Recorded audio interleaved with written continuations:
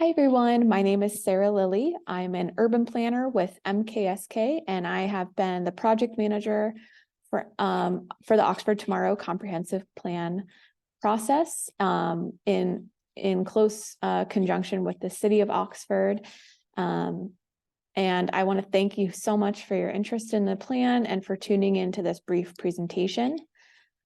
So on November 16th, we hosted an in-person public open house, which was our third and final public meeting as part of the planning process. And the presentation that I will walk through now is the same information that was shared at that in-person meeting for those of you who could not join us that evening. And I will also share about the online activities, which are going to be the same activities that we did at the in-person public open house at the end of this presentation. So this is just a quick overview of what I will cover. And firstly, I'd just like to kind of start off with what a comprehensive plan is. So this is a key document for the City of Oxford for the next 10 years and beyond even. And this planning process has really strived to start a conversation within the community about what are your collective visions, what's your collective vision, and what are your collective goals for the future of Oxford. The plan itself will act as a blueprint for the city and community organizations and partners to use when making decisions about policies, growth, and development in Oxford. So we're really at the tail end of the process, and November 16th, like I mentioned, was the final public meeting before the plan is set to go through the adoption process. After this point, we'll be making any kind of final refinements to the plan based on the input that we hear from the community, from you all. So again, we've had two previous public meetings before tonight on February 16th and April 18th this year. And all of these meetings have really built on one another. And we also have had online activities throughout to ensure that anyone who wants to participate in this planning process is able to. And so we really appreciate all of those voices that have contributed to this plan. And speaking of, we have heard from more than 650 community members throughout the process through a number of different methods, which included the in-person meetings, like I mentioned, online and paper surveys, stakeholder focus groups, and other online activities. And at the last public meeting, we reviewed these kind of major themes that we'd heard from you all and from the Oxford community based on the input we received.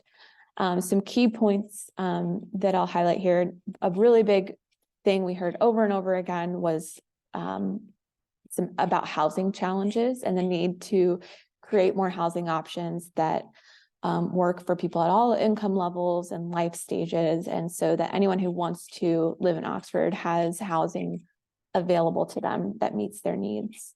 We heard about the need to continue to strengthen the local economy and have a diverse and thriving local economy. We heard about how important the existing parks and recreation and cultural amenities are to Oxford's high quality of life that is enjoyed. So all of these themes, we really tried to tie directly to the development of the plan goals. So you'll probably see that as you read the plan, you'll see these kind of common themes come up over and over again. And that really was derived again from what we heard from the Oxford community. So at the last public meeting, we had asked for ideas about recommendations to include in the plan. We at the in-person meeting, we had different stations around the different plan topics, and we got tons of comments. And again, we also had an online survey version as well. And hopefully you'll recognize that some of your own sentiments, or these kind of sentiments that have come up through the community input we received, have really, again, been directly translated, or sometimes even verbatim translated into a plan recommendation. So we can't emphasize enough how essential this input was for the plan, and we want to thank you all for all the thoughtful comments that we've received throughout. At the last public meeting, we also had asked folks to share where they'd like to see different types of land uses in the future. So this map shows the results of that activity. And again, directly informed the planning team as we drafted the future land use map, which I will talk about a little bit more and the importance of that. So at the last public meeting, we talked about the plan framework and how the plan is kind of organized. And we really focused on reviewing and confirming these top 3 tiers of the pyramid. So the vision statement, the goals, and the objectives. And now, again, based on what we heard at that last public meeting with all the Post-it notes and all the comments from the online survey, we've got 162 actions to share with you all. And these can take the form of policies, projects, or programs that the city and other partners can implement. And all of these actions, again, will be included in that online survey. And we want to hear from you what of the actions are a top priority for you that you want to see happen and that are really important. So we're kind of now, again, at this stage, we're really focused in on that action level of the plan framework. Again, all actions in the plan are going to really vary in terms of what's being recommended, whether it's something really tangible like a project or something more broad like a policy. And the actions will also vary in terms of how much control the city has over being able to implement them, whether they can control it themselves or whether it's something that will require, cooperation of multiple partners where the city can help to influence those partners as they implement an action. And actions will also vary in their scale and their complexity and their cost and their impact. And we believe that a good comprehensive plan should have that nice mix of and variety of actions across these kind of different criteria that I mentioned, so that you create a plan that's both implementable and also visionary. Again, after the last public meeting, we refined the vision statement based on comments we received. And this is really just this aspirational statement about who Oxford wants to be as a community in the future. And it helps to kind of set the stage for the plan itself. We also, based on comments, we did refine the plan goals a little bit as well. And each of these is tied to a topic. So housing or mobility. And these goals describe a desired future condition. So again, they're pretty aspirational in that regard. So Oxford will be a place with housing options for everyone. Oxford will have a thriving and resilient year-round economy, and so on. And when you take a look at the plan, which I hope you do, you'll see that it's divided into 4 chapters. So chapter 1, the introduction chapter, provides essential background information or context as to why we're doing this plan update. Chapter 2 is going to summarize all the different engagement methods we used and the resulting feedback that we heard from the community and from you. Chapter 3 is really the bulk of the plan, and that sets forth all of the recommendations, like I've mentioned. And chapter 4 is going to help, it's that implementation section. It describes how the community can implement all the recommendations and kind of the logistics around that. So this slide here is kind of showing this sort of format of each of the topics within the recommendations chapter. So each topic starts with a goal statement, an introduction about the importance or the relevance of that topic for Oxford. And then each topic is going to outline key existing conditions, trends, or data that are relevant to that topic. And this can look like maps, it can look like narrative text or images or infographics. It's going to look a little different for each one. And then finally, each topic includes the recommendations themselves in a kind of narrative form with descriptive text and case studies and inspirational images, call out boxes to kind of help further illustrate certain points. And then this slide is showing what the implementation matrix looks like. So there's a table at the end of the implementation section, which summarizes all the plan recommendations into one table. And it also has some indicators about and those logistics about how those recommendations can be implemented. So that there's that city role idea that I talked about, whether the city has direct control over something versus being kind of an influencing factor or influencing organization for other folks to implement a recommendation, whether in terms of time frame, a recommendation is ongoing, so there's not an end date in sight, or whether it has a specific end date in sight. And then also who would help, who else should be involved in the implementation of a recommendation. And you'll see acronyms that describe different community organizations or boards and commissions that will help to implement the recommendations of the plan. And then after tonight, we want to hear from you through the online survey. What are your top priorities? And for those, we can do a little call out to show these are really important. These actions are really important to the community. So I mentioned the future land use map. When we think about future growth in Oxford, a really big question that we try to answer during the comprehensive planning process is, how do we want to grow? And so land use is a very important topic to a comprehensive plan because it's so interrelated to many of the other goals in the plan. This slide here is showing the land use character categories. There's 12 of them that we've determined already exist in Oxford or that should exist in Oxford. And again, based on other goals and other things we've heard. And so there, like I mentioned, there's 12 categories. Many of these are self-explanatory. So preserves and green space is going to be parks, nature preserves, recreation facilities.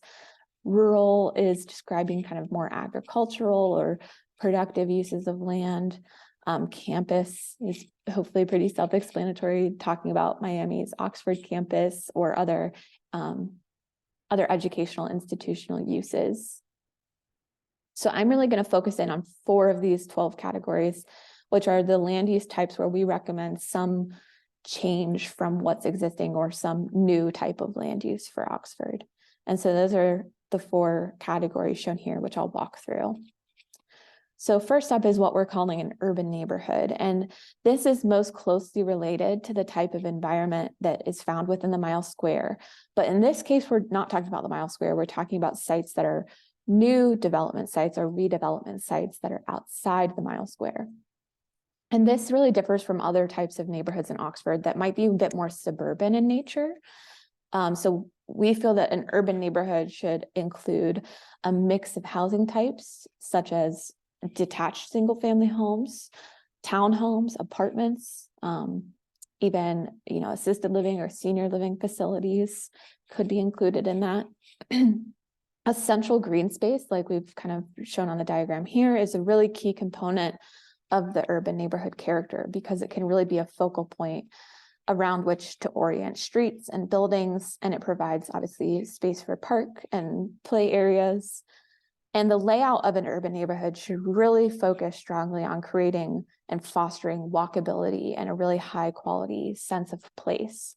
So that might look like buildings being kind of closer to the street, minimal building setbacks, the use of alleyways with garages that are accessed through those alleyways rather than from the front of the building.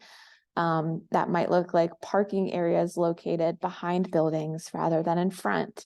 Other things like making sure that all of our streets are connected, so there's no such thing as a cul-de-sac in an urban neighborhood. That might look like making sure that we have really a robust network of sidewalks and trails and bike facilities so that there's lots of connections within the development and to other parts of the community as well. So this is something too that will help, the community meet some of the housing needs that I've talked about that we heard so strongly. With this mix of housing types, it would enable people at all stages of life to be able to find, housing options that suit them and would really kind of foster this multi-generational kind of neighborhood as well. So next up is the mixed use center, which is really similar actually to the urban neighborhood that I just talked about in terms of that compact, walkable, high quality environment. But the mixed use center will also have some other land use types integrated. So commercial, retail, civic uses, in addition to some residential as well. In Oxford, an existing example of this type of land use character is the Stewart Square area, where Patterson's Cafe and CVS are located. And again, we want to focus on some of those characteristics I described. So parking lots located behind buildings rather than in front, having that kind of focal green space, connected sidewalks, things like that within the mixed use center.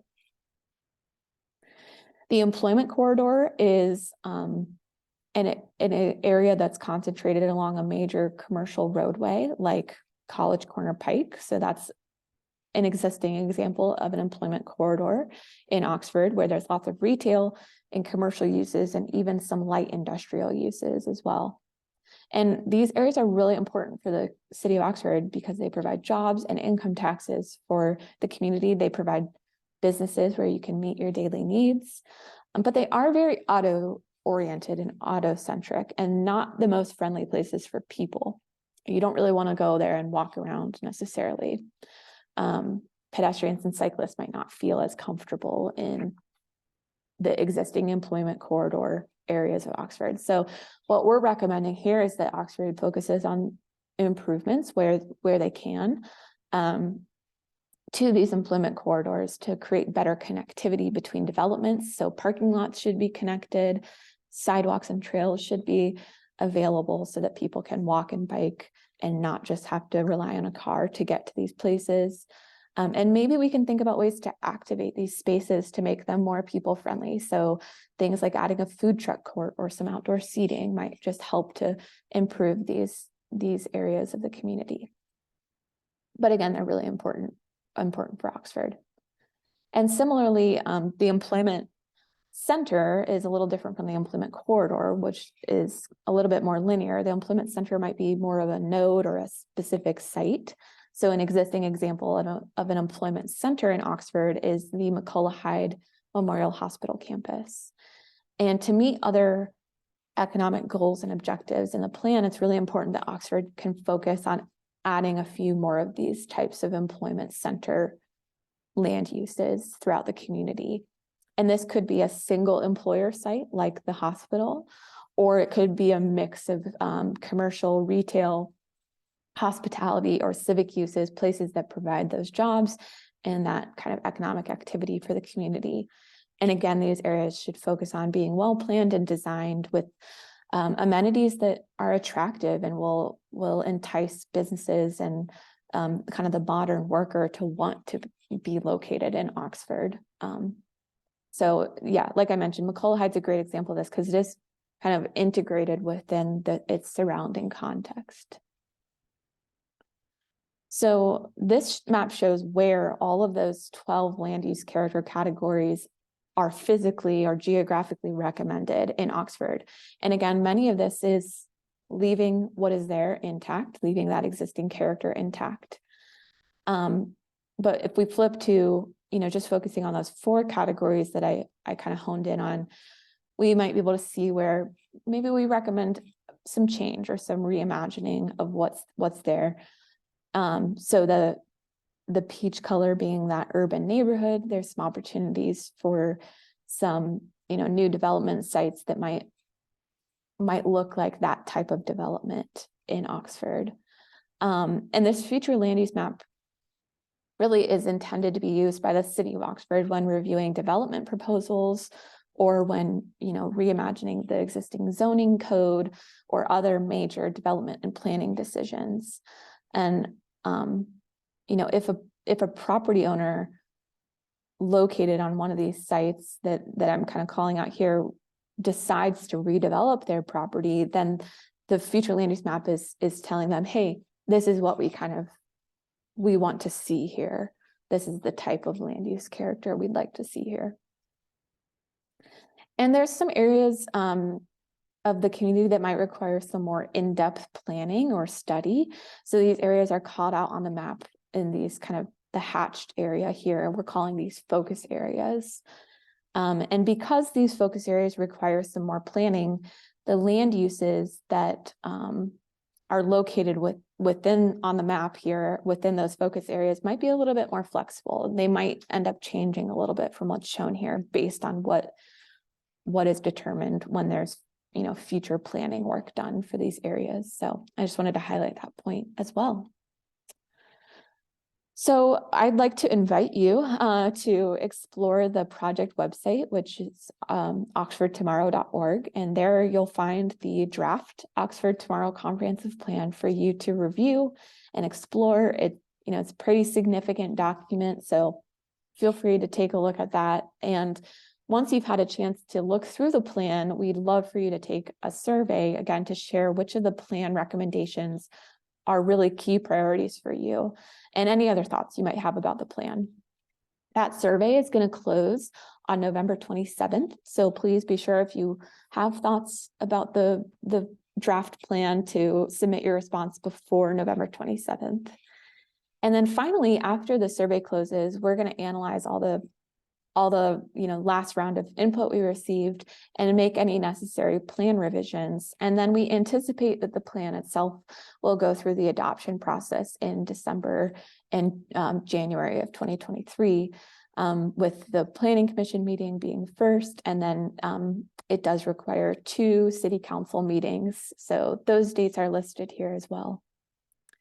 And finally, I'd just like to thank you again for your involvement in the planning process for Oxford Tomorrow. We truly could not have created the plan without the direct input of you and of the entire Oxford community. So I'd like to end again by expressing my gratitude to you all. So thank you. Take care.